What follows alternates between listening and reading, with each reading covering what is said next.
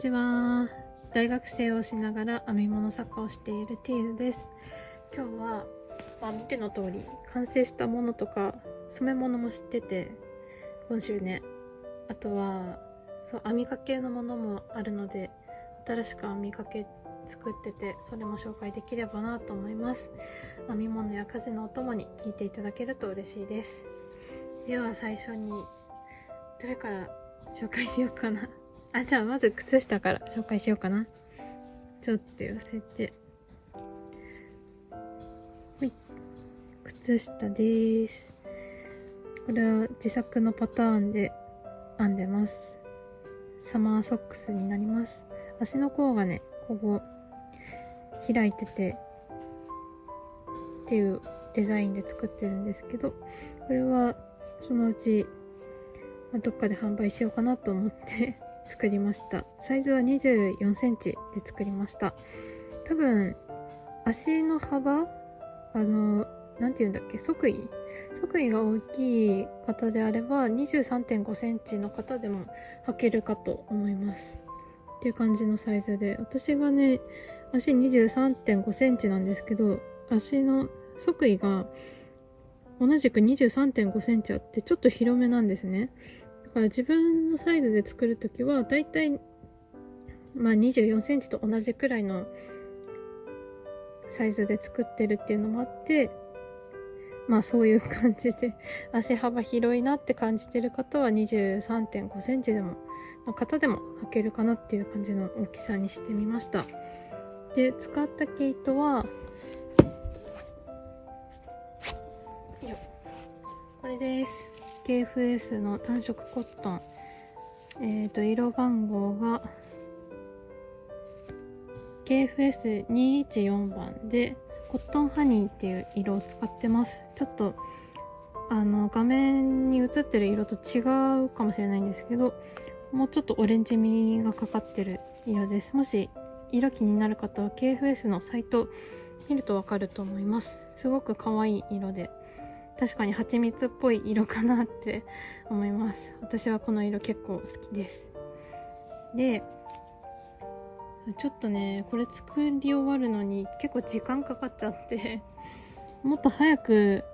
編み終われたらいいなと思ったんですけど、もうかかとがめんどくさくてって言ってもそんなにね複雑なことするわけでもないんですけど、かかとめんどくさくて、それでちょっと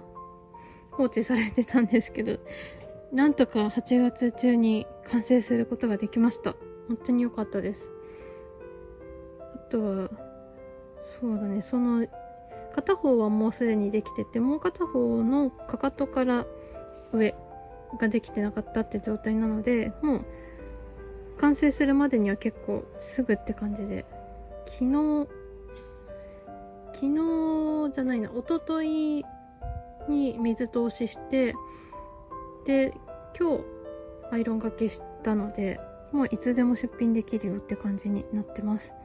サマーソックスって名前にはしてるんですけど、多分寒くなる直前くらい、秋頃までは履ける靴下なんじゃないかなと思ってます。そんなにね寒いわけでもないし、ちょっと日差し強いかなくらいの日には、秋の日とかには全然履いても問題ない靴下だと思います。でね、ちょっとだけウールも入ってて、ウール何%だったかな、ウール 38% 入ってるので、少しはあったかいでしょうということで、いいと思います。秋に履いても。サマーソックスだけどという感じで、サマーソックスまだまだ押していきたいなって私は思ってます。サマーソックスって名前聞いちゃうとね、ちょっと8月までなのかなとか、9月最初くらいまでしか履いちゃいけないのかなって思う方いるかもしれないんですけど、私はそんなこと思ってなくて、冬になったらちょっと寒いかもしれないけど、お家の中でちょっと足汗かいちゃうんだよねっていう人はこれでもしかしたら十分っていう方もいらっしゃるかもしれないし、あとはお家の中で履くなら冬になるまでの間使っていただいてもいいかなって思ってます。なので結構ね、サマーソックスとはいえ結構、季節問わずとまではいかないけど、でもいろんな時期に使える靴下だなって思うので、いろんな方に使ってもらえるように私ももっといろいろ編んでみたいなって思ってます。これからもっていうか来年もたくさんサマーソックス作って、来年こそはパターンリリースできるように頑張りたいなと思ってます。パターンは多分ラベリーかな、販売するならって思ってます。もしよかったら来年までお待ちいただけたら嬉しいです。ちょっとね、本当は今年の8月中にはパターンリリースしたかったんですけど、ちょっと体調があまりよろしくなかったのと、あとは普通に忙しかったっていうのもあって、なかなかねパターンの方に取り掛かれず、本当に申し訳ないなっていう気持ちでいっぱいなんですが、ちょっとねいろんなサイズで販売できるように今頑張ろうかなって思ってるので、もう少しお待ちいただけたらなと思います。たくさんの方にこのパターンで編んでもらえるように頑張って私も準備するので、もうちょっとだけお待ちください。すいません。ということで、まずサマーソックス、販売用のサマーソックスのご紹介でした。めっちゃ可愛いねこれ。このガーターのとこも可愛いしね、すごく気に入ってます。誰か気に入ってくれる人がいたらいいなと思いますそんな感じで完成品の靴下の紹介でした。じゃあ次、多分気になってる方いっぱいいるかと思うんですが、次こちらの紹介をしようと思います。こちらは、スペアミントで染めた草木染めの毛糸になりますちょっとね、この化石きれいに巻けちゃったから、ちょっとほどくのもったいなくてちょっとほどきたくないんですけど、スペアミントでアルミ媒染で染めました。アルミ媒染なので明板ですね。明板を使って染めました。で、今回これともう一かせあって、もう一かせ同じ毛糸素材糸で染めて、あともう2つ3つ染めたものがあって、それは毛糸じゃなくて、2つはブラウス、綿のブラウスを染めて、綿のブラウスと麻のブラウスを1着ずつ染めて、あとはトートバッグも1つ染めました。で、母にプレゼントしようと思ってその綿のブラウスを染めたんですけど、綿のブラウスはね結構発色よく染まってくれて、一番最初に染めたので、そうっていうのもあって、すごい綺麗に黄色が入って、黄色っていうか黄緑色かな、ちょっと表現が難しいんですけど、黄緑色っぽい色が入ってくれて、すごく爽やかな夏らしい色に仕上がってたので、本当は見せたいんですけど、母がどっか持ってっちゃったので今日は見せられないんですが、こういう感じの色だよっていう感じで本当にこういう色のブラウスに仕上がってて、昨日もね母が来てくれて見せてくれたんですけど、めちゃくちゃ良かったです。染めて良かったなって思います。で、その他のその麻のブラウスと、あとは綿とポリエステルかなのトートバッグの方はちょっと染料が少なかったっていうのと、ブラウスの方は一番最後に染めたので染料が少なかったっていうのと、あとバッグは綿100じゃなかったからっていうのもあって、なかなか染まってくれなくて色が薄いんですけど、でもなんかね、気のせいなのかもしれないんですけど、日に日に色が濃くなってるような気がしてて、これもねこの前見た時よりも色が濃くなったような気がしてます。なんでだろう。でもそんな感じでハーブ染めって初めてやったんですけど、すごい面白かったです。なんかね、染料ミント、スペアミントを煮た汁が茶色っぽかったんですよ最初。だから茶色っぽく染まるのかなと思って毛糸を鍋に入れたらこういう色になったんですよ。すごい面白いなと思ってもうびっくりしました。なんかね、この優しい黄色っていうか黄緑色がねまた良くて、ちなみにそのスペアミントどこで採集してきたかっていうと、ちょっと実家から離れたところにある駐車場にたくさん生えていたので、そこから少しだけいただいてきました。なので雑草を採取して家で煮て染めたみたいな感じなんですけど、そんな感じでね、初めてハーブ染めっていうものをしてみました。いやすごい楽しかったな。次何で草木染めするかとかもいろいろ考えてて、次は板取りとかがいいかなって思ってます。まだ未定だけどって感じで、草木染め久しぶりにしました。今度はね、前回はねちょっと色ムラがあって、ちょっと人様にあげられるようなものではなかったんだけど、今回は色ムラもなく、そうブラウスとかトートバッグの方も全然色ムラなく頑張ったのでちゃんと色ムラなく綺麗に染めることができました。すごく大満足です。めっちゃ可愛い。これでね、ムッシュ&フレンズシンシアさんの本があるんですけど、この方の編みぐるみ編んでみたいなって密かに思ってます。確かアヒルがいたよね。その子編めたらいいかなって、ちょうどこれも中細なので、中細のソックヤーンなのでいいかなと思ってます。ちょっとね、編める自信は全然ないんですけど、でもできたらいいなってちょっと妄想してます。次染めるなら何がいいかな。今月ね、化学染め2回と、あと草木1回、合計3回かなやってて、来月はできないかもしれないんですけど、再来月10月か、10月くらいにもう1回なんか染めたいなと思ってて、何がいいかな。ちょっとね、お庭にマリーゴールドがあるんですけど、マリーゴールドはちょっと今回少ないので、見送るというか種を増やすという意味でちょっと我慢したくて、あとは枯れたヨモギとか、あとは枯れ葉の桜の葉っぱとかもいいなと思ってて、結構ね秋になっても染め剤もたくさんあるみたいで、あとは先生からおすすめの染料とか聞いてみて、あとはくるみの殻とかかな。くるみの殻じゃない、皮とか、あとなんだろ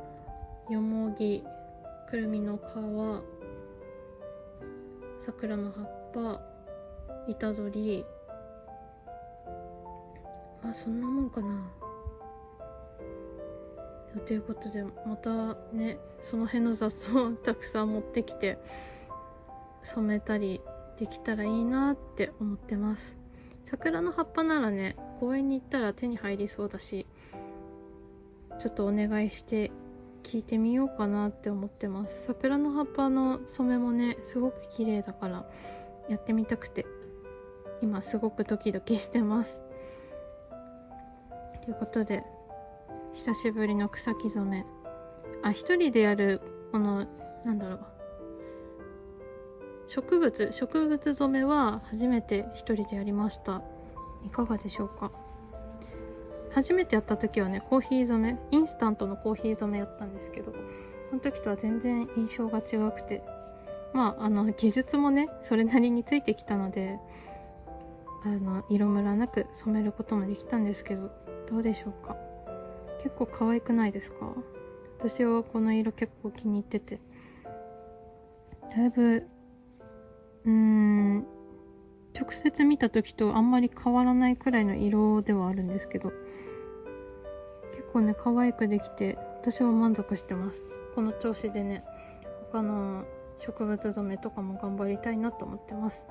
ただその先生が言うには、やっていい植物とダメな植物があるみたいで、前ね、なんて言ったかな、大豆じゃない、黒豆で染めてみたいって言ったら、黒豆は絶対ダメって言われてしまったので、多分ね、薬効があるものじゃないとダメっていう意味らしく、黒豆はそもそも食べるものだからやっちゃいけないっていう言い方をされました。なのでね、なんだろうな、いろいろ考えてはいるんですけど、先生の逆鱗に触れないようになんかね、いろいろ提案できたらいいのかなと思ってます。そんな感じで久しぶりに草木染めしてみました。かわいいね。これで作品作るのもすごい楽しみです。ということで、草木染めのソックヤン、スペアミントで染めたソックヤンでした。はい、ということで最後はまたサマーソックス編んでます。じゃん。もうこんなに育ちました。今町のとこやってます。で、これ糸はニッティングバードさんの1518で、詳細はこんな感じになってます。ウールとコットンで 380m で 100g あります。かわいいね。これはコーン見てもらうと分かるんですけど、オレンジ系と緑系が一緒になってる引き揃えの糸になってて、私この色結構気に入ってて編むのも楽しいです。またね、段染めとは違ってね、引き揃えの糸面白いなって最近思ってて、またいっぱい編んでます。かわいいこのツヤもね、またその市販のソックヤンとは違うところだなと思ってて、で編むとこんな感じでツヤツヤしてて、それもかわいいなーって思って、すごい楽しく編んでます。でこれ1足目、片方1個目で、明日明後日くらいには完成させたいかなって思ってます。かわいい。裏こんな感じでかわいいちょっとね、つま先ちっちゃいかなって思ってたけど、履いてみたら意外とそうでもなくて、ちょうどよくできました。で、私靴下編み始めてまだ半年、4月くらいから始めたから、まだ半年も経ってないかもなんですけど、こんなにね、編み地揃うようになってきましたよ。私もすごくないですかでね、そもそもこの編み地揃ってるのもすごいけど、パターンをね、弾けるようになったのも結構進歩したっていうか、すごいことかなって思ってて、でそのパターンをね、世界というか全国に発信しようとしてるのもまたすごいのかなと勝手に思ってて、ね、ちょっと遅れてはいるんですけど、頑張って準備してます。パターンの方も。この靴下も同じく自作のパターンで編んでて、そのパターンの名前も考えなきゃなーって思ってて、何がいいんだろうってずっと悩んでます。ただね、またパターンの修正をしたりとかもしなきゃいけなくなる可能性もあるので、たくさん編んでおかなきゃなと思って、今はこうやってまた別の糸ですけど、指定糸とはまた異なる糸で編んでみてます。前回ね、つま先をこの KFS で編んで、でそこから後ろの方、あと足のかかとに向かっての糸をまた別の1518で編んでみたんですけど、ちょっとね、やっぱり太さも KFS と異なるので、ちょっと大きめのサイズになってしまって、私にはサイズ合わなかったので母にプレゼントしたんですけど、そういうことにならないようにドキドキしながらですけど、今編み進めてるところです。かわいいって感じでね、もっともっと頑張りたいと思ってます。あとはスワッチもね、この前見せたスワッチ、青いスワッチ、また別の針で、もうちょっと小さい方の針で編んでみて、それのスワッチもさっき完成したんですけど、それはまた後でちょっとね上は編めるかどうかも自信ないので、まだそうお見せする自信もまだまだないんですけど、でもまあ頑張ってね編めるように材料集めの方から頑張ろうと思ってます。今年の冬はね一着セーター編めたらいいなって思ってます。ちょっとね自信ないんだけどでもできたらいいなーって思ってます。まあ自分でねなんとかするしかないんですけど、頑張ろうって思ってます。もしね一応編むパターンは日本人の方が作成されたパターンなんですけど、まあ、もしつまずいたりしたら教えていただけたらすごく嬉しいです。多分 SNS でぼやいてると思うのでよかったら助けてくださいということで今週はまあ靴下をちょっと編み始めたりだとか、靴下完成したりだとか、あとは毛糸染めたりだとかいろいろしてました。皆さんは何をされていたでしょうか、この1週間。私はすごい充実してました。まああとは大学のテストが終わったっていうのもあってね、気持ちも楽になってきたし、あとはもっと編み物したいっていう欲が出てきて、それでねこの靴下を編み始めたりだとかしてて、めちゃくちゃ楽しい1週間でした。来週はね今日見せなかったんですけど、モネカンファイバースさんの手染め糸で編んでるストール完成させて皆さんにお見せできるように頑張ろうと思いますので、また見に来てくれると嬉しいなと思ってます。じゃあ今日の動画はこの辺で終わろうと思います。チャンネル登録や、高評価よろしくお願いします。あとは Twitter と Instagram もありますので、もしよかったらそちらもご覧ください。あとは草木染めのやり方とかは言えないんですけど、ただどういうものが必要なのかとか、そういうことであれば何でも助言できますので、もし気になる方いたらご連絡ください。では来週も予定通り多分動画投稿できると思います。もしよかったらまた来週も見に来てくれると嬉しいです。じゃあこの辺で動画終わろうと思います。じゃあまたねー。